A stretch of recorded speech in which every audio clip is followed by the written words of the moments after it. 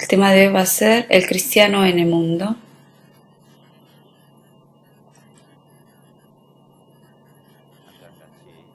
Vamos a orar juntos y luego vamos a empezar.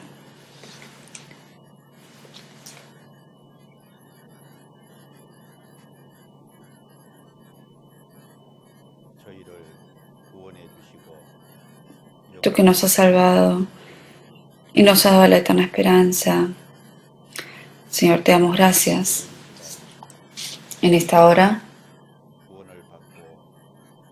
Nosotros que hemos sido salvos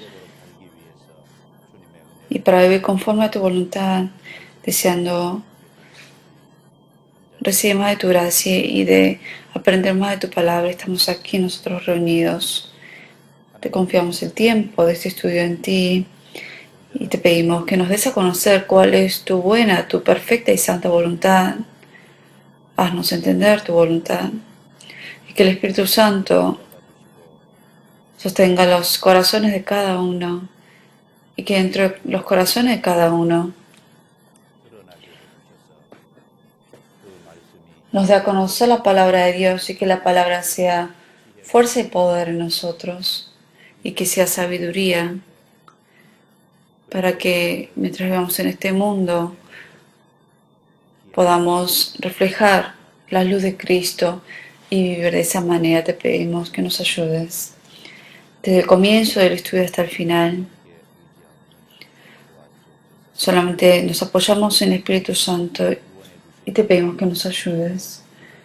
Y oramos en nombre de Jesucristo que nos ha salvado. Amén. Buscamos en la Biblia, 1 de Tesalonicenses capítulo 4. 1 de Tesalonicenses capítulo 4.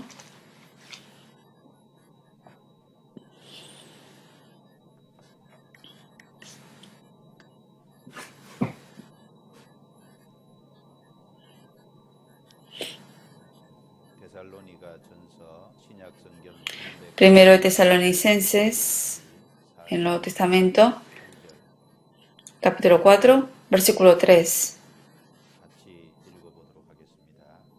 Vamos a leerlo juntos. Pues la voluntad de Dios es vuestra santificación, que os apartéis de fornicación. Hasta ahí. Hasta ahí. Hoy en esta hora vamos a estudiar con el tema del cristiano en el mundo. Los cristianos salvos vivimos en este mundo. Por eso tenemos que saber cómo vivir en este mundo como cristiano.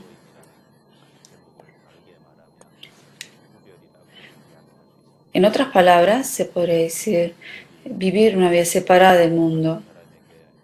Aquí, a todos los cristianos salvos, aquí dice cuál es la voluntad de Dios, es vuestra santificación. Los salvos deben santificarse ahora. Por eso vamos a estudiar punto por punto ahora. Los que han sido salvos, el Señor, Dios mismo los ha santificado ya.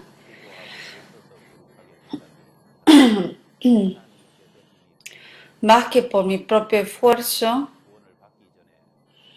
sino es Dios quien me ha santificado ya. Todas las personas nacimos como pecadores. Nacimos como pecadores, por eso pecábamos. Vivíamos siguiendo a la carne, siguiendo a nuestros deseos. Y vivíamos en enemistad con Dios. Y los salvos, nuestra imagen antes de recibir la salvación era de pecador. Pero esa imagen nuestra de pecador, Dios ha tenido misericordia de nosotros y vino Jesús a este mundo y murió en la cruz. Y derramó su sangre y nos ha limpiado todos los pecados. No solamente nos ha limpiado los pecados, sino que cuando nos ha limpiado todos los pecados, envió al Espíritu Santo en nosotros para que ahora tengamos una nueva conducta, una nueva forma de vivir. Por eso en Tito 3:5 dice, nos salvó no por obras de justicia que nosotros hubiéramos hecho, sino por su misericordia, por el lavamiento de la regeneración y por la renovación del Espíritu Santo. Antes de recibir la salvación, nosotros por el pecado, obviamente, éramos enemigos de Dios, pero por la sangre de Jesucristo, Él nos ha limpiado. El lavar significa limpiar. Nos ha renovado también en el Espíritu Santo. Nos ha limpiado de todos los pecados. Y vino el Espíritu Santo cuando fuimos salvos y nos ha renovado. Significa que nos va ahora formando como si fuéramos una nueva criatura. Por eso una persona se santifica de los pecados, pero no fue por nuestro esfuerzo, sino que fue la justicia de Dios. Jesucristo murió en la cruz y por su sangre Él nos ha limpiado de todos los pecados. Por eso nos hemos santificado. En Hebreos 10:10 dice, en esa voluntad somos santificados mediante la ofrenda del cuerpo de Jesucristo hecha una vez para siempre. Una persona se ha santificado. ¿Y cuál es la prueba de eso? Todo eso fue por medio de la ofrenda del cuerpo de Jesucristo. Jesús murió en la cruz, entregó su cuerpo como ofrenda y por eso nos hemos santificado. A eso se refiere. Y luego en 1 Corintios 6, versículos 10 y 11, hablando de pecado al principio, después dice, y más ya habéis sido lavados, ya habéis sido santificados, ya habéis sido justificados, en el nombre del Señor Jesús y por el Espíritu de nuestro Dios. Aquí nos habla de un pasado ya.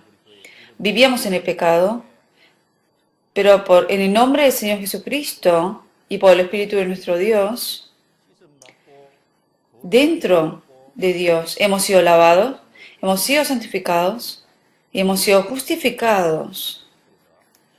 Significa que ya hemos sido así.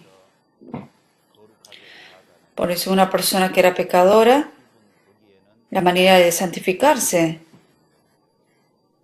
está Jesucristo ahí, en el medio. Por eso los salvos ya hemos sido santificados ante Dios. ¿Correcto o no? No fue por nuestro esfuerzo. Porque ahora estamos en Dios, permanecemos en Dios, por eso hemos sido santificados. La Biblia menciona que hemos sido santificados porque ahora estamos dentro de Dios. En el Antiguo Testamento a pueblo de Israel lo llama como la nación santa. Y les hago una pregunta. ¿El pueblo de Israel es santo, de verdad? Ellos cometieron más pecados que otras personas.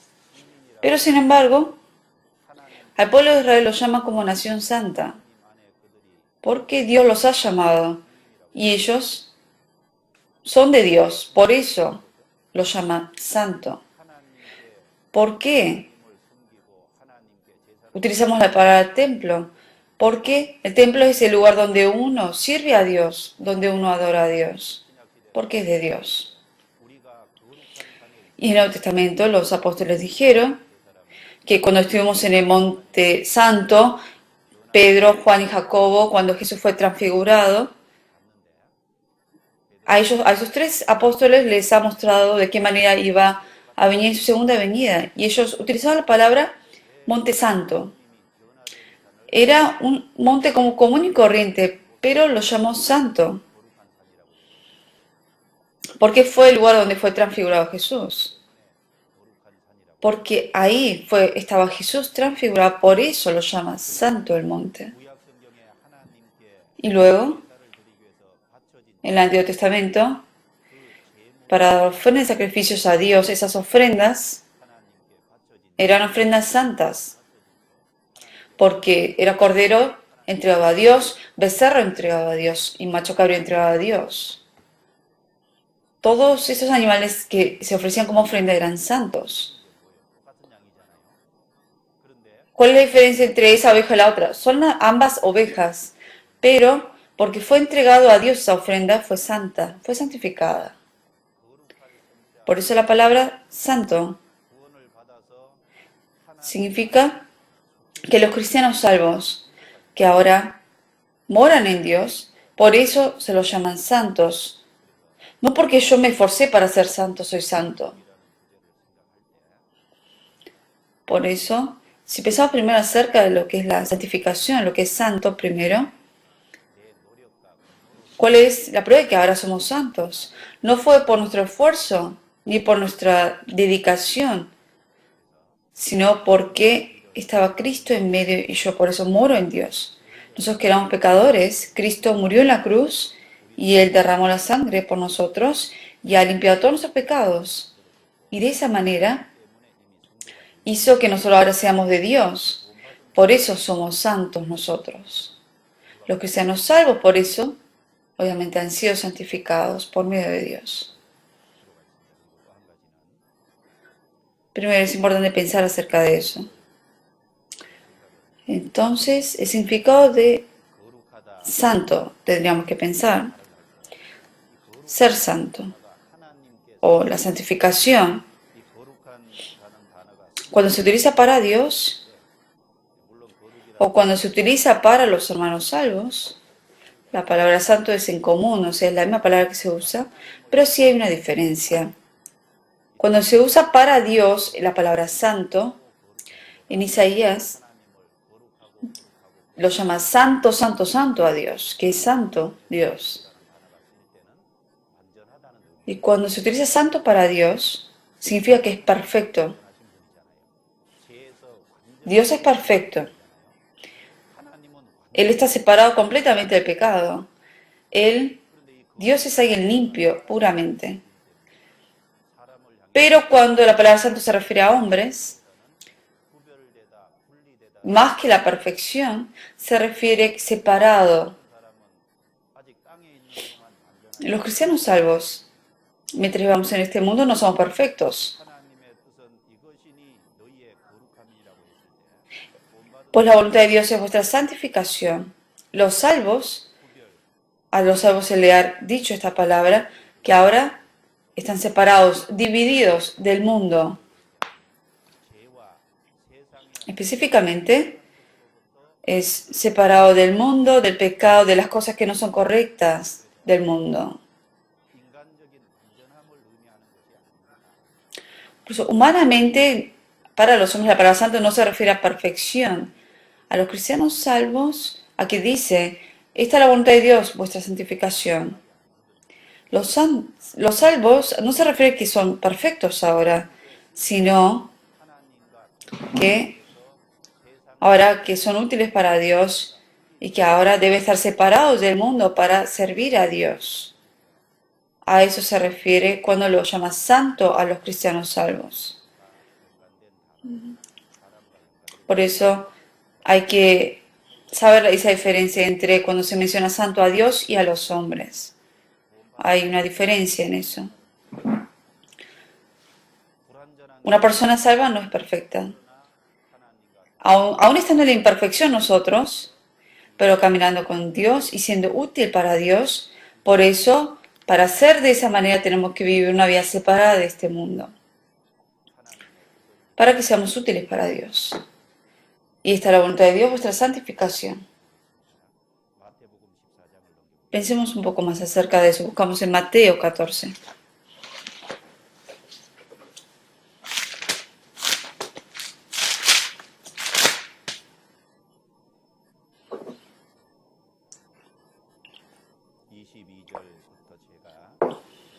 Versículo 2, de ahí en adelante, se los leo yo.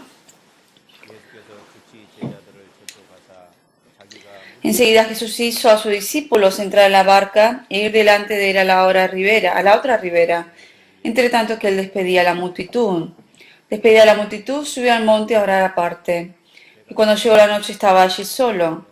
La barca estaba en medio del mar, azotada por las olas, porque el viento era contrario. Mas a la cuarta vigilia de la noche Jesús vino a ellos andando sobre el mar. Y los discípulos, viéndole andar sobre el mar, se turbaron, diciendo, «¡Un fantasma!», y dieron voces de miedo. Pero enseguida Jesús les habló diciendo, tened ánimo, yo soy, no temáis. Entonces le respondió Pedro y dijo, Señor, si tú eres, manda que yo vaya a ti sobre las aguas. Y él dijo, ven. Y descendiendo Pedro de la barca andaba sobre las aguas para ir a Jesús. Pero al ver el fuerte viento tuvo miedo. Y comenzando a hundirse dio voces diciendo, Señor, sálvame. Al momento Jesús extendió la mano, asió de él y dijo, Hombre, poca fe, ¿por qué dudaste? Y cuando ellos subieron en la barca, se calmó el viento. Entonces los que estaban en la barca vinieron y le adoraron diciendo, verdaderamente eres hijo de Dios. En estos versículos, Jesús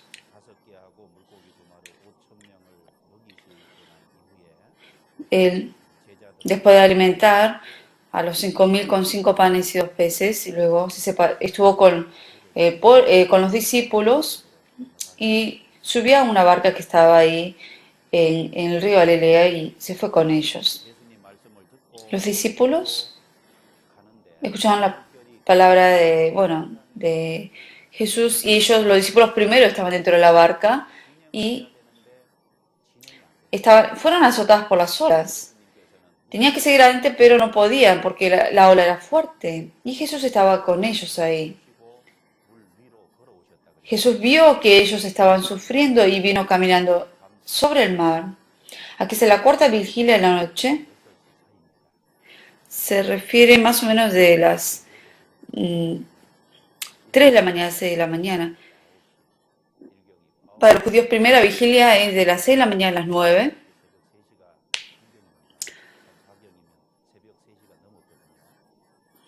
De las 6 de la tarde, perdón, a 9. Segunda vigilia es de 9 de la noche hasta las 12. La cuarta vigilia aquí se refiere por eso de 3 a 6 de la mañana. Y los discípulos vieron que a esa hora Jesús estaba caminando, pero al principio no lo reconocieron y pensaron que era un fantasma. Y Jesús le dijo, tened ánimo, yo soy, no temáis. Y Jesús dijo quién era él, y ahí le reconocieron. Y Pedro dijo al Señor, Señor, si eres tú, manda que yo vaya a ti sobre las aguas. Pedro muy valiente, otros ni siquiera se animaron a decir eso. Como Pedro vio a Jesús que estaba caminando, él también quería caminar sobre el agua. Quería ser como él, digamos. Y Jesús le dijo, ven. Entonces Pedro descendió de la barca y estaba caminando sobre el agua. Creo que fue el único después de Jesús que caminó sobre el agua. Estaba caminando. Y vino un fuerte viento y él tuvo miedo entonces. Y se hundió. Se hundió. Y en esa situación, él clamó a Jesús, Señor, sálvame. Y Jesús, obviamente, extendió su mano, lo tomó a él y lo salvó. Y le dijo, después Jesús subió a la barca. En Lucas se refiere en Lucas 9, menciona ese mismo versículo que dice que cuando Jesús subió a la barca, al instante llegaron a la otra ribera. Aquí, ¿a qué se refiere acá el lago Galilea? Es el mundo. Y de que Jesús caminó sobre el agua, ¿a qué se refiere? Que Jesús caminó sobre el agua. Significa que Jesús no estaba dentro del mundo, estaba sobre el mundo. Estaba separado del mundo. Él pisó el mundo y estuvo por encima del mundo. Pedro, que caminó sobre el agua, significa que obviamente los cristianos salvos tampoco viven dentro del mundo, o sea, están sobre el mundo. Lo que Dios desea es que los cristianos salvos, como Jesús estuvo separado del mundo y que Él pisó el mundo y estaba sobre el mundo, los cristianos salvos también deben estar parados pisando el mundo y vivir sobre el mundo y vivir una vida separada del mundo. Pero ¿qué hay que hacer para vivir una vida separada del mundo? Pedro escuchó la voz de Jesús. Y él cuando miraba, tenía sus ojos mirados hacia Jesús, él no había caído, no se había hundido. Pero viendo las olas, tuvo miedo. Los que sean salvos solamente deben mirar al Señor y creer en la promesa de Dios. Y si uno va hacia el Señor, uno va a vivir, puede vivir separado del mundo. Pero si ve las cosas del mundo y si empieza a tener interés en las cosas del mundo, tiende a hundirse en el mundo. Y se hundió y Pedro rápidamente clamó al Señor, le pidió ayuda, Señor, sálvame. Y el Señor lo levantó y se subió al barco. De la misma manera los salvos quizás pueden caer de vez en cuando en el mundo, pero en ese momento rápidamente deben pedir la ayuda del Señor y el Señor lo levanta para que vuelva a levantarse otra vez. Pero uno dice que es salvo, pero está bien hundido en el mundo. Hay una mayor probabilidad de que esa persona no haya sido salva entonces, porque los salvos pueden caer de verdad un tiempo temporal corto, pero rápidamente se vuelven a levantarse. Hay algo que podemos pensar profundamente aquí, que Jesús, Él no estuvo dentro del mundo, está separado del mundo, y los salvos, por eso, no deben vivir dentro del mundo, deben vivir sobre el mundo. Y como el Señor estuvo sobre el mundo, también nosotros tenemos que pisar y estar sobre el mundo. Buscamos en San Juan 17.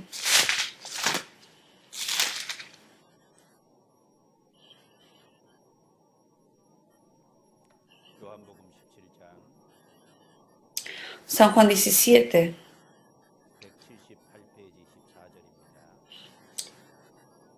Versículo 14. Leemos juntos. Yo les he dado tu palabra y el mundo los aborreció, porque no son del mundo, como tampoco yo soy del mundo.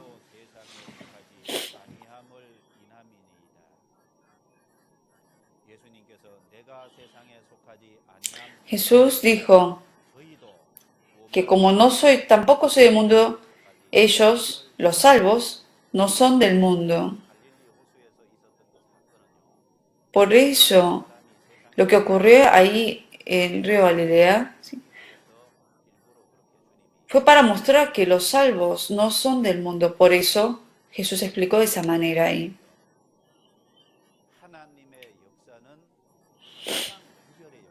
Por eso la obra de Dios siempre es una obra de salvación. Hace que una persona sea salva y separa a esa persona del mundo. Y ese es el plan de Dios. Por eso de Génesis hasta Apocalipsis, la obra de Dios se menciona continuamente que es de separación. Les doy ejemplos. Dios, cuando creó el mundo, el universo, en Génesis 1, separó las tinieblas de la luz. Separó las tinieblas de la luz.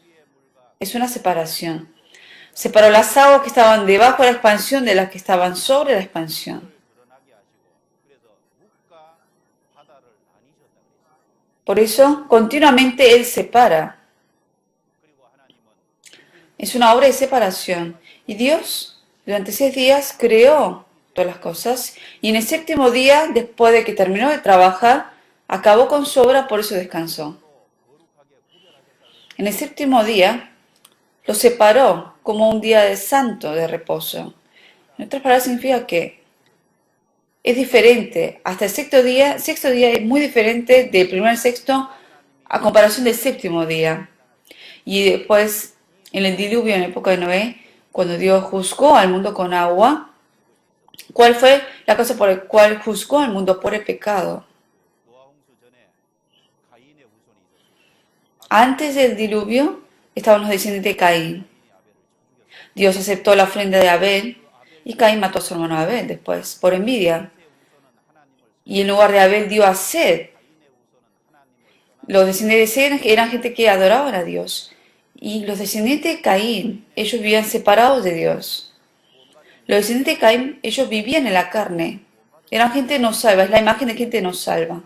Y los descendientes de Sed se refiere a gente salva. Son gente que son de Dios. Pero antes del diluvio, los descendientes de Sed con los descendientes de Caín se mezclaron. Y cayó por eso el juicio de Dios en el mundo.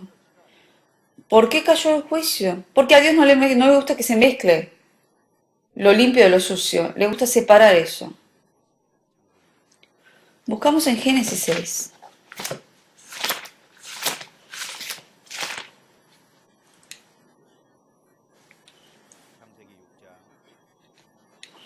Génesis 6,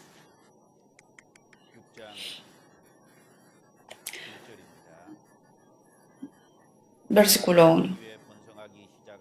Aconteció que cuando comenzaron los hombres a multiplicarse sobre la faz de la tierra, y les nacieron hijas, que viendo los hijos de Dios que las hijas de los hombres eran hermosas, tomaron para sí mujeres, escogiendo entre todas. Y dijo Jehová, no contenderá mi espíritu con el hombre para siempre, porque ciertamente él es carne, mas serán sus días como 20 años, 120 años. Versículo 5, y vio Jehová que la maldad de los hombres era mucha en la tierra, y que todo designio de los pensamientos del corazón de ellos era de continuo solamente el mal. Y por eso lo juzgó. Aquí dice que los hijos de Dios a quiénes se refieren y las hijas de los hombres a quiénes se refieren. Algunos dicen, los hijos de Dios son los ángeles, dicen. No. En Mateo 22 dice que los ángeles no se casan ni se dan en casamiento.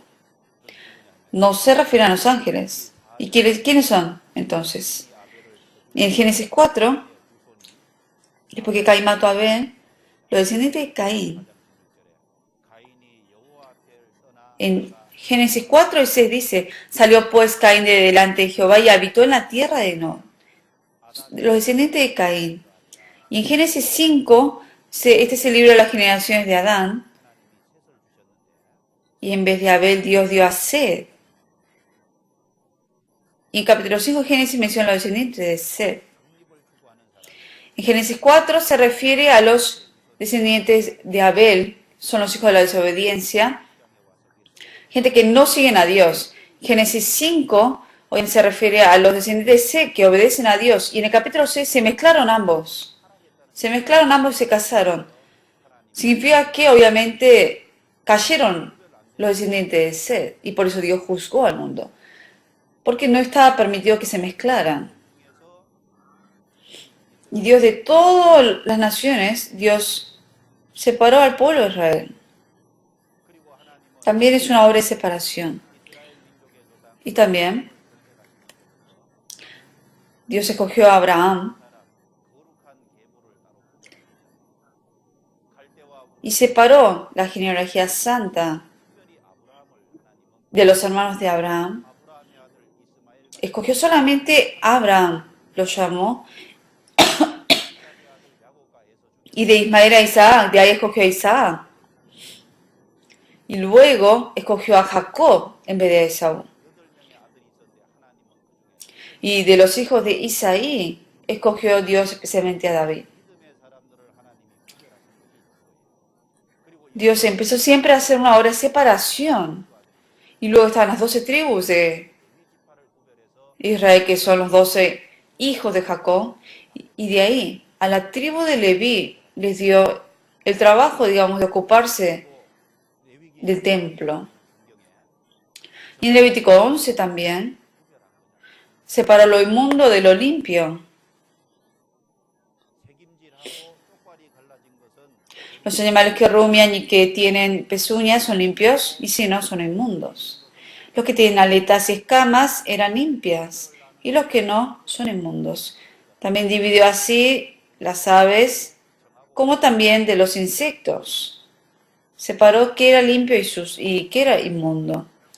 Y luego en el Antiguo Testamento, en número 6, Dios, desde el nacimiento, escogió a personas que del nacimiento los ha escogido para utilizarlo en su obra y los llamó nazareos.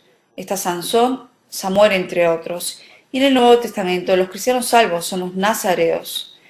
Los que con la palabra de Dios han sido salvos, han sido separados del mundo, los llaman nazareos.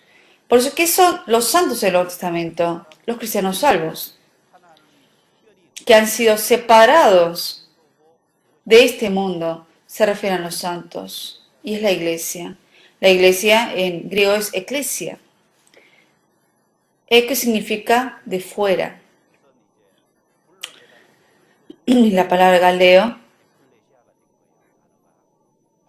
o sea, de la palabra galeo y que lo separó eclesia, que significa llamados fuera de este mundo, que los ha separado de este mundo.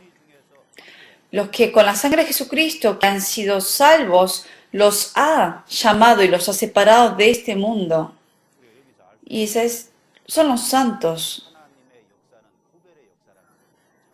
La obra de Dios siempre es una obra de separación. Jesús, de las palabras que dijo, hay muchas de esas separaciones. Jesús, de todas las palabras que él enseñaba. Trigo y cizaña estaban separados. El trigo iba a ser recogido y luego puesto en el granero. Y la paja, obviamente, o la cizaña iba a ser quemada en el fuego. En el libro de Mateo también dice que de los peces iba a separar a los buenos peces y de los malos peces. Separa a los peces. Y luego, en Mateo 25, habla de las 10 vírgenes. 5 vírgenes que tienen aceite y lámpara. Las ha separado de otras que solamente tenían lámpara, pero no aceite. El aceite es el Espíritu Santo. Y la lámpara es el espíritu de uno. Personas que tienen espíritu, pero no creen, no tienen Espíritu Santo, por eso no son salvos. Pero los que tenían aceite y lámpara, ellos eran los salvos. Separados los 5 de los otros 5. Y en San Mateo también 25 separó a las ovejas de los machos cabríos. Y las ovejas que estaban a la derecha, les dijo a los de la derecha ovejas, venid benditos de mi Padre, heredad el reino preparado para vosotros de la fundación del mundo. Y entonces dirá también a los de la izquierda, apartados de mí, malditos, al fuego eterno, preparado para el diablo y sus ángeles. Y los echó al infierno. Las parábolas que utilizó Jesús siempre hizo separaciones. Porque la voluntad de Dios es vuestra santificación. La palabra santificación, en otras palabras, es separación. Los salvos vivimos en el mundo, pero no somos del mundo. Vivimos en el mundo, pero estamos separados del mundo. Los peces viven en el agua, pero el estómago del pez no es salada. Los cristianos viven en este mundo, pero no deben mancharse este mundo. El cuervo y las palomas son diferentes. Después del diluvio, Noé envió un cuervo, pero él no volvió. Pero luego envió una paloma y la paloma no encontró lugar seco para establecerse y volvió otra vez a Noé. El cuervo vio los cadáveres y por eso no volvió. Pero la paloma no come de los cadáveres. La paloma vio que no había lugar seco donde establecerse, por eso volvió. A todos los que sean salvos deben tener la característica de la paloma. Dios, porque nos ha santificado, ahora desea que vivamos una vida en santidad, que vivamos separados de este mundo. Nos ha separado Dios, fue Dios quien nos ha separado, por medio de Cristo. Porque hay una separación, tenemos que vivir una vida ahora separada del mundo. Y la Biblia menciona acerca de la separación por eso. ¿De cuál es la obra de Dios? Es una obra de separación. Y que la voluntad de Dios es que yo viva ahora separada de este mundo. No tengo que mancharme de este mundo. A eso uno debe entender eso ahora. Y específicamente, los cristianos salvos, ¿de qué cosas deben separarse entonces? Vamos a estudiar. Buscamos en Romanos 12. Romanos 12.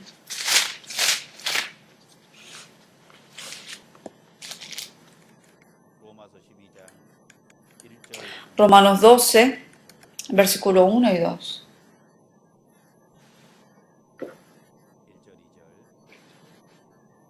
Uno y 2. Leemos juntos. Así que, hermanos, os ruego por las misericordias de Dios que presentéis vuestros cuerpos en sacrificio vivo, santo, agradable a Dios, que es vuestro culto racional.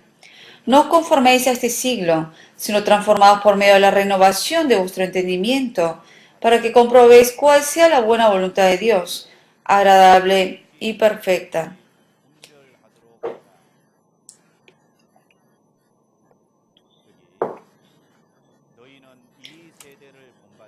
Aquí dice, no os conforméis a este siglo. En otras palabras, significa que no nos conformemos con las cosas de este mundo, sino que transformemos nuestros corazones y que vayamos cambiando. Viene el Espíritu Santo, es por eso la salvación, y nos ayuda ahora a cambiar. Y más aprendemos la palabra, más nos transformamos. Uno, cuando después recibe la salvación, sigue escuchando la palabra y está en la comunión, más y más, poco a poco va cambiando, porque escucha los testimonios de otros hermanos y uno aprende, yo también tengo que vivir de esa manera. Porque ahora uno recibe la salvación, viene el Espíritu Santo y después recibe la salvación, por medio de la palabra, por medio de la comunión y en la oración misma, se va renovando día a día. Los salvos deben renovarse día a día y transformarse para que comprobéis cuál sea la buena voluntad de Dios agradable y perfecta. Más y más tenemos que saber para no conformarnos con este siglo, sino ir transformándonos. Primero, los salvos, ¿de dónde deben estar separados? De las corrientes de este mundo. ¿Ustedes conocen lo que son las corrientes de este mundo? En este mundo hay muchas corrientes.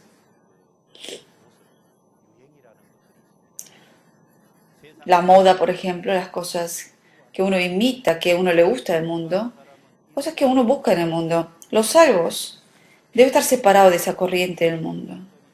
Antes de recibir la salvación, nosotros estábamos bien hundidos en eso. En Efesios 2:2 dice, en los cuales anduvisteis en otro tiempo siguiendo la corriente de este mundo, conforme al príncipe de la potestad del aire, el espíritu que ahora opera en los hijos de la desobediencia. ¿Cuándo fue ese tiempo? Antes de recibir la salvación. Que seguíamos la corriente de este mundo, vivíamos en este mundo y seguíamos a las cosas, a los deseos de este mundo. Seguíamos a esa corriente también en el pasado.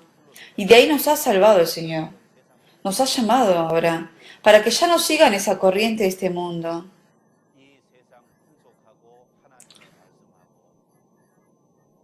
Las corrientes de este mundo y la palabra de Dios. Muchas cosas son contrarias. Por eso uno debe estar separado de la corriente de este mundo. Hay una voluntad de Dios agradable y perfecta. Y la voluntad de Dios se opone, obviamente, de la corriente de este mundo. Y uno debe separarse por eso de esa corriente del mundo. No lo malinterpreten, no me refiero a que ustedes deben salirse del mundo, porque no pueden salirse. Pero no deben seguir a esas corrientes del mundo, aún viviendo en el mundo. Un ejemplo, la gente del mundo que le gusta. Las cosas visibles. El aspecto físico. Y entonces, mucha gente acude a la cirugía plástica. Buscan un buen nombre, buscan un gran poder, buscan una buena casa, un buen coche, muchas riquezas. Más tienen eso y más uno desea eso después. Y cae en eso. Pero los salvos no deben poner eso en el corazón. Sí, sí necesitamos de esas cosas. Pero en el centro del corazón del cristiano, ¿qué debe estar? Debe estar Dios. Y tenemos que buscar nosotros las cosas eternas del cielo y no buscar las cosas terrenales. De la corriente de este mundo tenemos que separarnos nosotros. No tenemos que caer en eso. Buscamos en Santiago 1.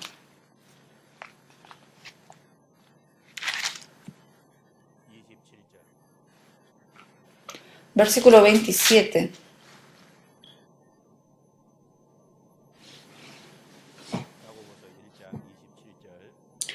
Santiago 1, 27. Nuevo Testamento. Leemos juntos. La religión pura y sin mácula delante de Dios el Padre es esta: visitar a los huérfanos y a las viudas en sus tribulaciones, y guardarse sin mancha del mundo.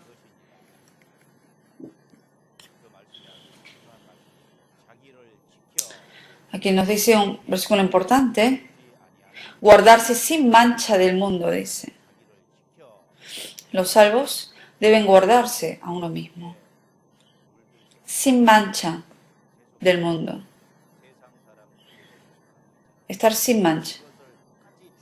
O sea, no mancharse de las cosas del mundo. Si uno busca esas cosas del mundo, uno se va a manchar del mundo. Debe estar uno ahora separado de eso. Segundo, de las personas incrédulas uno debe vivir separado también. Pero hay gente que malinterpreta cuando yo digo eso. Los salvos sí viven con la gente incrédula del mundo. La gente salva sí vive tratando a la gente del mundo, obviamente. La gente salva, es imposible no encontrarse con la gente del mundo, entonces no podría salir de la casa. El decir que uno debe separarse de la gente del mundo significa que de las cosas malas de este mundo, hay personas que me quieren llevar al mundo. De esas personas yo me tengo que alejar. Nosotros vivimos en este mundo y vivimos en contacto con la gente del mundo. Y tenemos que guiar a esas personas del mundo a Dios en realidad. Ese es nuestro objetivo. Por eso nos encontramos con ellos. Pero de las personas del mundo, hay personas que hacen caer a la gente salva y hacen que sigamos cosas del mundo. De esas personas malas tenemos que separarnos. De esos amigos tenemos que tener cuidado. En Proverbios 18 dice, al final, el hombre que tiene amigos ha de mostrarse amigo, y amigo hay más unido que un hermano. No todos los amigos son buenos. Los amigos que invitan a uno a tomar alcohol no son de los buenos. Amigos que me hacen llevar al mundo, al pecado del mundo, no son buenos. Después recibe la salvación. Tenemos los amigos de siempre. Si continuamente me encuentro, ellos me quieren llevar al mundo, y yo obviamente al principio después de recibir la salvación no tengo fuerza todavía, por eso tiendo a caer en el pecado otra vez. Y uno dice, bueno, voy para predicar. Uno va a los bares y predica. ¿Cómo es eso? ¿Es correcto? O sea, eso no está bien hacer. Después de recibir la salvación, de esos amigos que me llevan al pecado, yo tengo que alejarme. Porque hay veces que al tener muchos amigos me perjudica. ¿Qué amigos yo tengo que tener de verdad como amigo? Los que de verdad son de beneficio para mí. Los que de verdad me pueden ayudar en lo espiritual, en la vida cristiana. Tengo que tener muchos de esos amigos. ¿Y quiénes son esos amigos? Los hermanos salvos en realidad. Los santos son los con los quienes yo voy a vivir para siempre en el cielo. Por eso hay que estar cerca de los santos. Y de la gente que no ha sido salva, yo tengo que encontrarme, pero para predicarles. Y especialmente las personas que me hacen llevar al pecado y vivir en las tinieblas, yo tengo que alejarme de ellos. Buscamos en 1 Corintios 15.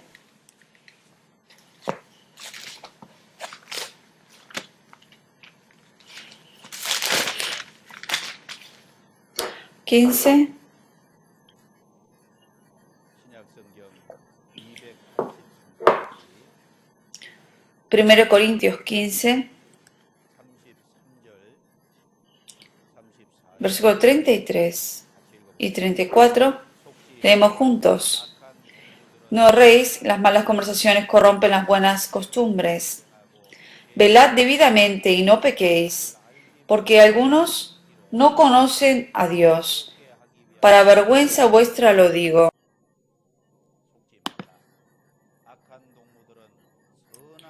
Aquí dice, no erréis, las malas conversaciones corrompen las buenas costumbres. En el Antiguo Testamento aparece acerca de Sansón.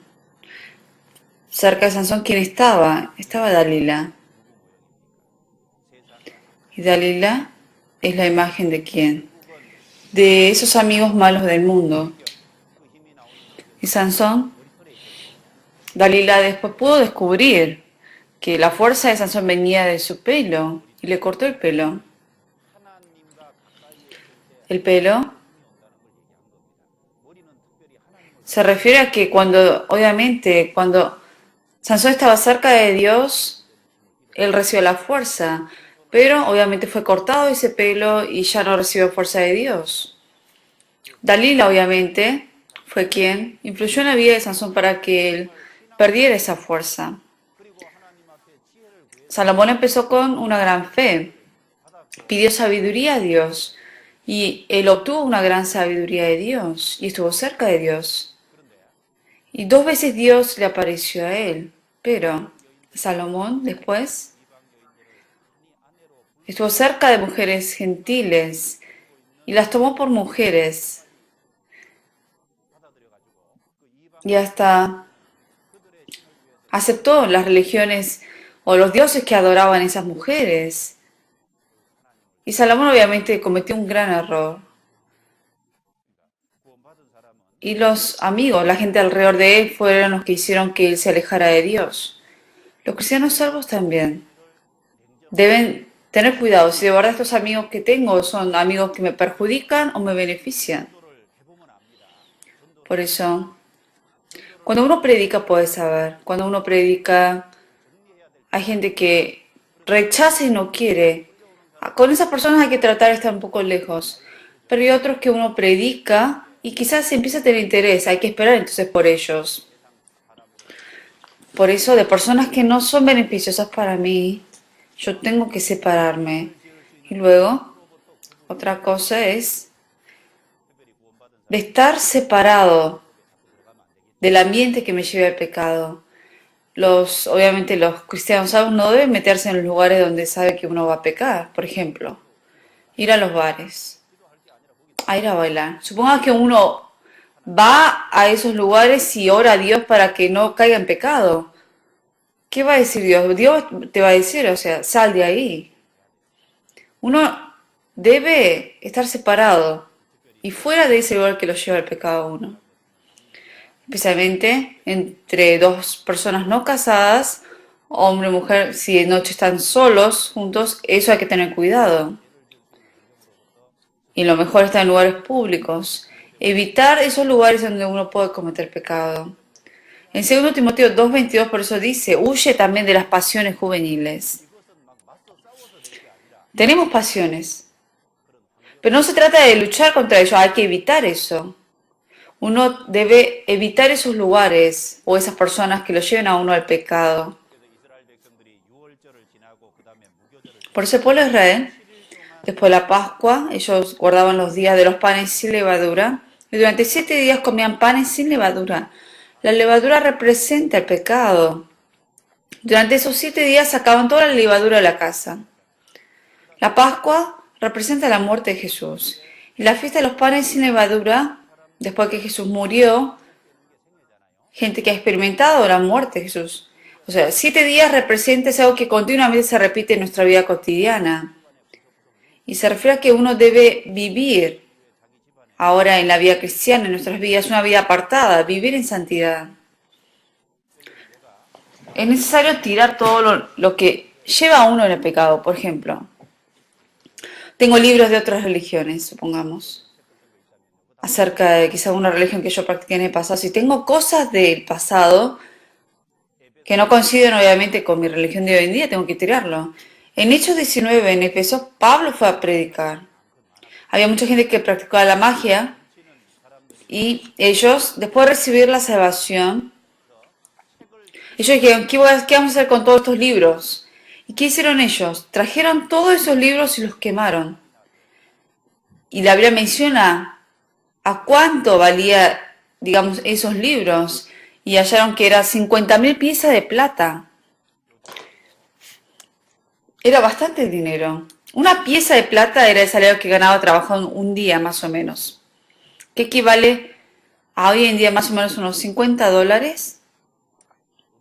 Multiplíquelo por 50.000 después. Son más de 2 millones. Y ellos quemaron todos esos libros que tenían ese valor. ¿Por qué? Porque era algo que los llevaba al pecado. Por eso uno después recibe la salvación. Todos los ambientes, todas las cosas que los lleven al pecado hay que tirarlo y alejarse. Y de las falsas enseñanzas, doctrinas, yo tengo que alejarme. Después de recibir salvación, hay que tener cuidado en qué está uno escuchando o qué está leyendo. Hay algunos que deben saber discernir bien. Porque escucha de una persona esto y parece correcto, de otra persona y parece correcto, cuando en realidad son contrarias. Uno debe, por eso, guardarse bien de lo que está escuchando. Uno, más que nada, obviamente necesita la ayuda de los demás hermanos que ya tienen una vida cristiana más avanzada. Y la Biblia dice que esta es la voluntad de Dios, que os santifiquéis. Santificarnos del mundo, de los amigos que me rodean, que me llevan al pecado, del ambiente que me hace pecar y de todas las falsas enseñanzas. Yo tengo que alejarme para estar de manera santa. Y hay un capítulo de la Biblia, que es Levítico 11, que nos explica bien acerca de la santidad. ¿Qué es la santidad? Específicamente nos explica en Levítico 11.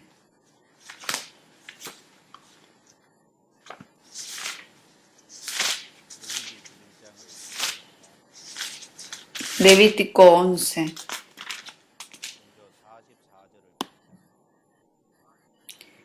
Versículo 44. 44 se los leo. Porque yo soy Jehová vuestro Dios, vosotros por tanto os santificaréis, y seréis santos porque yo soy santo. Así que no contaminéis vuestras personas con ningún animal que se arrastra sobre la tierra, porque yo soy Jehová, que os hago subir de la tierra de Egipto para ser vuestro Dios. Leemos juntos. Seréis pues santos porque yo soy santo. Levítico, a lo último en este capítulo, dice que tengamos que ser santos. Sé santos porque yo soy santo. Porque Dios es santo, le está diciendo al pueblo de Israel que deben ser santos. El Dios que creemos, Él es Dios, Él es santo.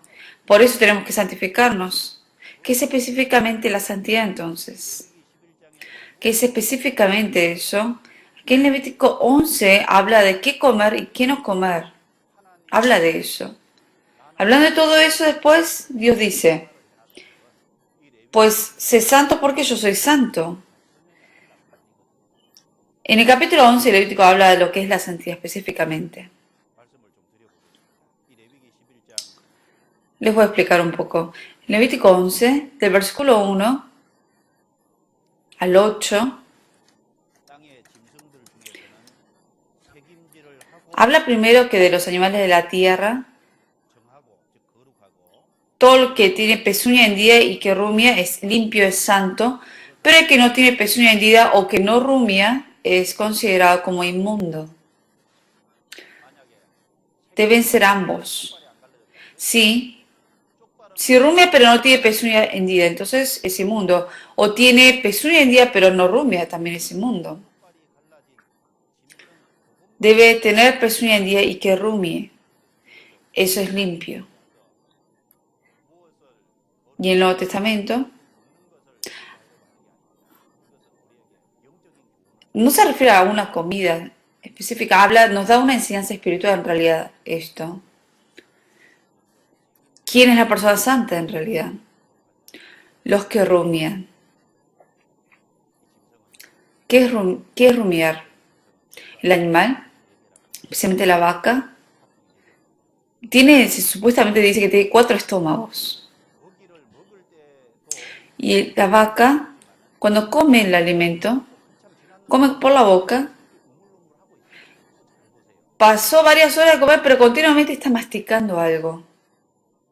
Hay algo en su boca que está sacando de adentro y lo mastica continuamente. Lo que hace la vaca es meter la comida y luego vuelve a sacarla y mastica continuamente. Y hace continuamente eso. Y lo corta, digamos, en pedazos, hasta solo sacar la nutrición para meterlo en su cuerpo y lo demás sale hacia afuera. Sabemos que la vaca es fuerte, pero come vegetales, o sea, come plantas. ¿Por qué? Porque rumia. Porque rumia bien, por eso es fuerte, aún comiendo vegetales. Por eso, los cristianos salvos continuamente deben rumiar la palabra de Dios. ¿Quién es la persona santa? Los que continuamente rumian la palabra de Dios. Los que están cerca de la palabra de Dios, los que aman la palabra, los que meditan la palabra. Esa es la persona santa de verdad. Para Dios esa persona es santa. Y luego, si una vez que rumia, no solamente ver, aquí dice tiene que tener pezuña hendida, significa estar separado del mundo. Gente que rumia, para rumiar normalmente, obviamente, uno debe obviamente vivir una vida separada, porque la gente que rumia tiene fuerza ahora para vivir para Dios. Cuando uno rumia correctamente, eso obviamente le trae fuerza espiritual. Y naturalmente va a vivir una vida separada del mundo. Ante Dios va a poder vivir una vida en santidad. Y una persona santa ante Dios es la persona que rumia la palabra de Dios y que está separada del mundo. Que es tener pezuña hendida, que no se mancha de las cosas de este mundo. Y esa es la persona santa. Y luego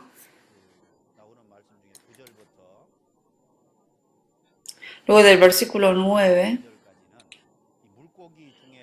al 12, de los peces habla, de los cuales son inmundos y los limpios, y de los peces, los que tienen escamas y aletas son limpios, pero los que no tienen escamas o aletas son inmundos.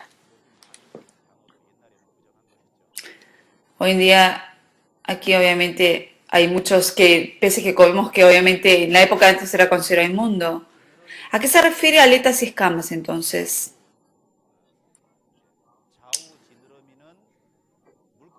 Las aletas que están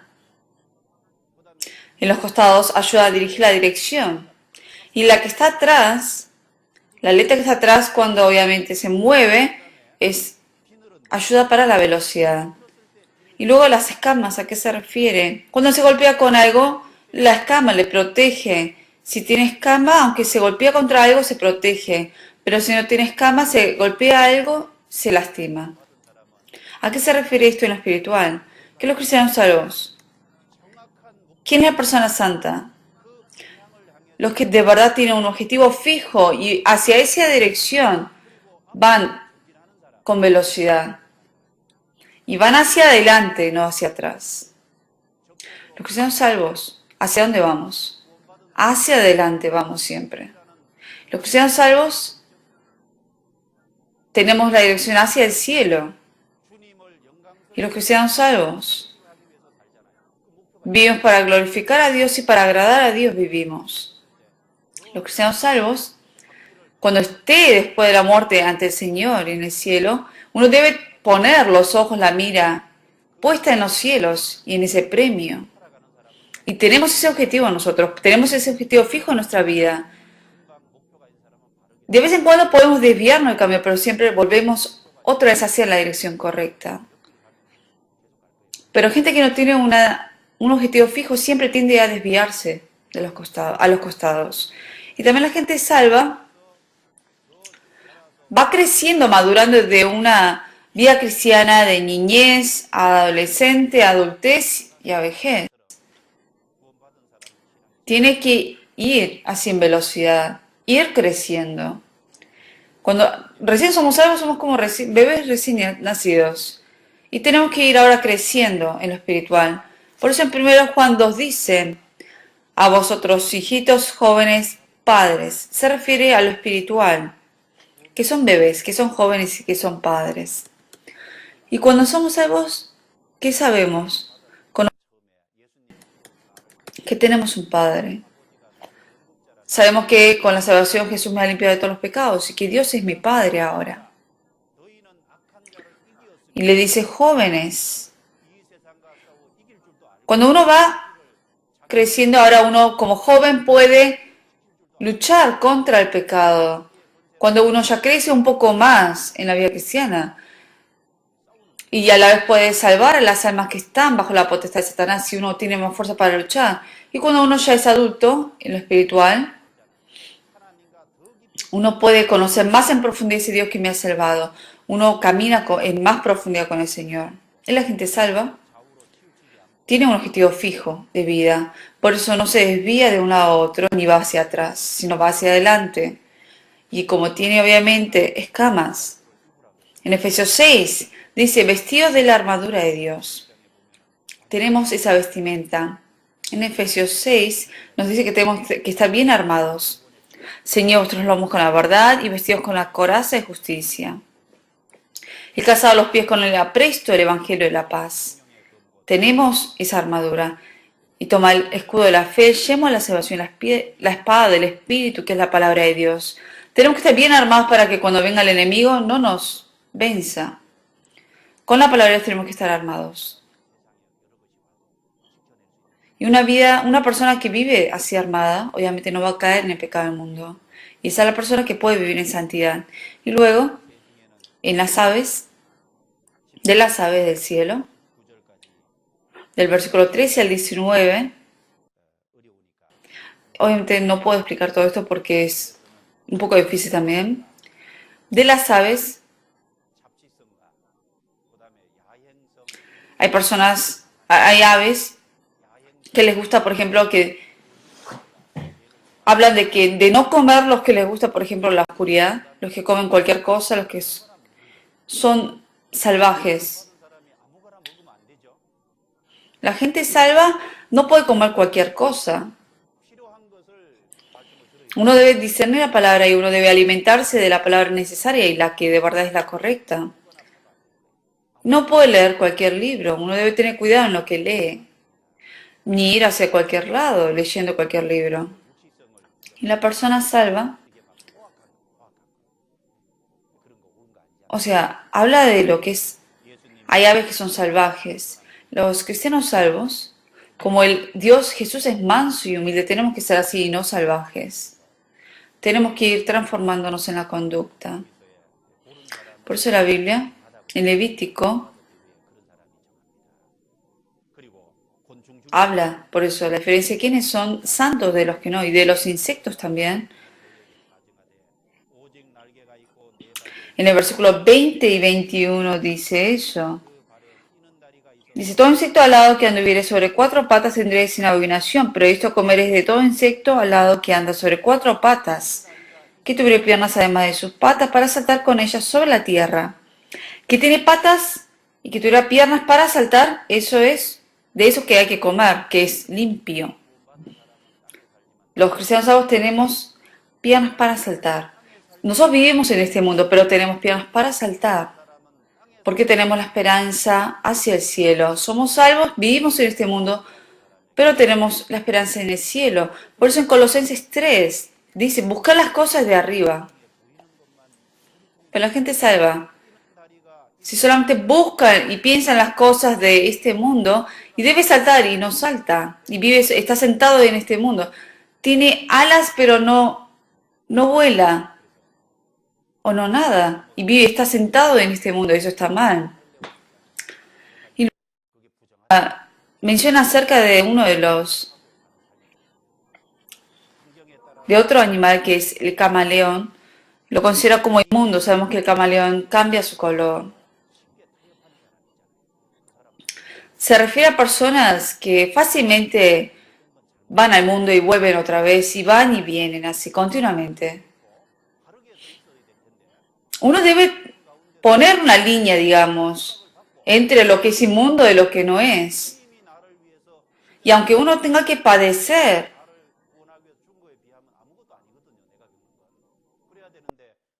padecemos, no se puede comparar con lo que Jesús ha sufrido. Pero hay veces que uno, por temor a la gente del mundo, porque lo que digan de uno se mezcla con esas personas del mundo para quedar bien nada más. En Levítico 11 habla de qué comer y qué no comer, y habla de lo que es limpio y de lo que no es. Y lo que es santo, de lo que es de verdad santo, hoy hablamos un poco. La persona santa, no somos perfectos. La santidad es lo que se refiere aquí en el libro Levítico 11. ¿Y por qué tenemos que ser santos? Porque la voluntad de Dios es nuestra santificación. Y sé santo porque yo soy santo. El Señor, Él es santo. Entonces, yo tengo que estar cerca de ese Dios. Y para caminar con ese Dios, tengo que vivir una vida separada del mundo. Tengo que estar separada del mundo para poder caminar con Dios. Y luego, ¿a qué personas Dios utiliza? Los que de verdad viven en santidad separados del mundo. Y en 2 Timoteo 2 dice, en una casa grande, no solamente hay utensilios de oro y de plata, sino también de madera y barro. Unos son para usos honrosos y otros para usos viles. Por eso todo aquí que un utensilio, digamos, limpio, esas personas Dios los va a utilizar. En el mundo tenemos, o en la misma casa tenemos muchos platos así que algunos uno lo utiliza más que otros. Y la debe estar en santidad, debe ser limpio para que Dios pueda utilizarlo. Pero de todos los utensilios que son valiosos, ¿qué es lo que más utiliza Dios? Los que de verdad están preparados y limpios. Y para yo ser útil en la obra de Dios, yo tengo que vivir una vida separada del mundo, porque el que no vive una vida separada del mundo no puede ser útil para Dios. Por eso, acerca de la santidad, estudiamos hoy. Y espero que esto sea útil para la vida cristiana. Jesús, y Él se puso sobre el mundo.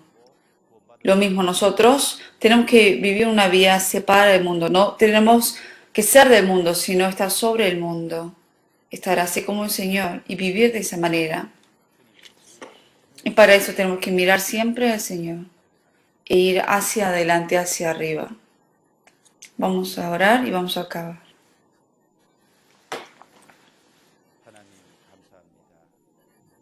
Dios Padre, gracias.